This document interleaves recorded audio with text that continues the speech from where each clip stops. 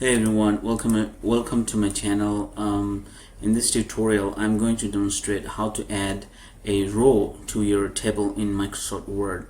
So in order to do that, I put my cursor here because I want a row just below this row, and right click here and you will find an option, insert, and insert rows above and insert rows below. So I'm going to take this option to create a row below below this row, and this creates a row, but it can also create another row above.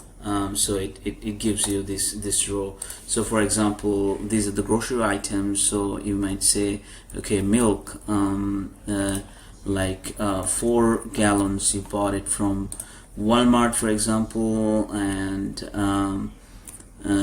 then you may want to add another item in your in this row. But now I want to also show you how to add a column. So I want column just right of this column, which is price, and then similarly you go to add a column to your right to get the column here, but you can also add a column to your left as well. So so you can name the store, so for example Walmart, like this.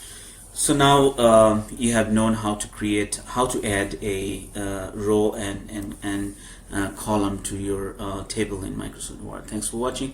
If this was helpful, please